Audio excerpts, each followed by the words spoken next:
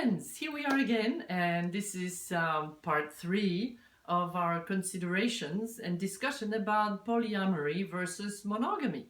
So welcome to Dr. Harold Kornylak, who is my dear friend and who is an expert in the matter. Well, thank you, Margot. So we continue the conversation, and I want to bring forth my observation about what happened in the topic of polyamory versus monogamy when I went to teach a group in Hawaii in January of this year. So this group, we had about 30 people, and they were mostly people between 18 and I'd say 35. So they were what the current culture in America calls the millennials, or the young people. And it was very interesting to see how they seemed to be a lot more free. Free to move around, free to try with different partners, free to learn the language of love and to go deeper without so many resistances and taboos. So this was a pleasure, and it was also very possible to go very deep with these people and to really challenge what their resistances were, or what their shynesses were, or what their difficulties were, and sometimes changing partners to do practices. This does not involve having sex in the group room, by the way, okay? This is becoming more aware about your sexual tendencies and, your restrictions. So the fact that people could try to be free divers, meaning they could try different exercises with different partners, even intimate ones, it gave them a wider range, like you were saying before, of being able to explore, and sometimes more freely because they were not with their main partner. Now then I went to Costa Rica and I led another group, which was a group for Blue Spirit Costa Rica, which is a branch, you could say, of Omega Institute in Rhinebeck. Wonderful place, I recommend it. So it's a holiday group and it's an educational group, and the program exposes people to different teachers. There were about 80 people, and I had the honor and the joy to work with Esther Perel, who wrote the book Mating in Captivity, and who was there with her wonderful husband Saul. And it was a pleasure to work in that ambiance.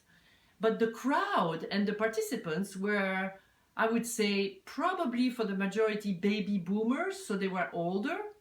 And Esther stressed the difference, which is very important, I think, between love, which for these people, for the baby boomers and in general, requires security, continuity, information, reliability, versus erotic awareness, and which then requires changing, daring, jumping into the unknown, and creating new adventures, which is likely more for the younger generation.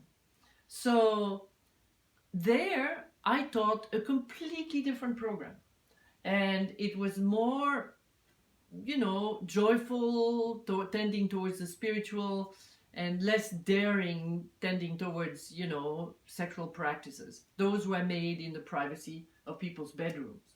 And so I would say that the age we are and the category of the social category we belong to also influences, whether we're going to be having a polyamorous tendency or a monogamous tendency.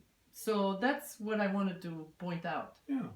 Well, I think that this is certainly true, and I've observed the same thing. Now, this brings up two important concepts to me.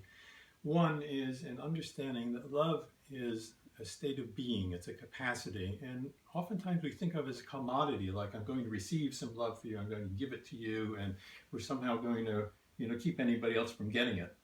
And to me, that's like saying I'm going to be the greatest basketball star in the next Olympics, and the way I'm going to do it is I'm not going to have any basketball, I'm going to save it up, so then that one day when the competition is going to unleash 5 years of basketball playing into that one act, Okay? That sounds ridiculous, but yet we do that with our loving. That if I conserve it and save it and save it and protect it, that somehow it's going to get better, but it just kind of gets moldy. Yeah. So to me, loving is a capacity that we need to develop using the tools that you teach. It's not just being sexual, but practicing the intimacy exercises, communication. And so what's the second? The second one was that we have this, what seems to be an irreconcilable spectrum of security versus freedom. Yeah. And as you point out, as we get later in life, we tend to go more towards the security. Earlier in life, we go more towards the freedom. And everyone needs to find out where they are today on that spectrum. And that seems to be very simple, but there is another aspect to it, and that is that although it seems to be irreconcilable in the outer world, that when we find security inside ourselves, and we find freedom inside ourselves, then we can cover the whole spectrum. They don't have to be one versus the other. It's that I have both, and how do I want to manifest that? How do I want to express that today in my relationships? Right, and that allows me to be comfortable in many different, sometimes unexpected situations, because I have experience and I trust myself. So that's what I think you're talking about. Exactly. And so really the most important thing in terms of developing intimacy with my partner is to work on myself. Yes. Develop my capacity for loving, my security, and my sense of freedom. And when I have that, then it overflows. And if I'm looking for it because I'm hoping I'm going to find it from you, that's not going to work. Yes, Harold, absolutely. You got it. You said it. And we're going to leave you with these wise words. And please let us know what you think. Thank you. And next time, we're going to talk about the influence and the impact of Skydancing Tantra in all of these considerations. So, bye for now. See you soon.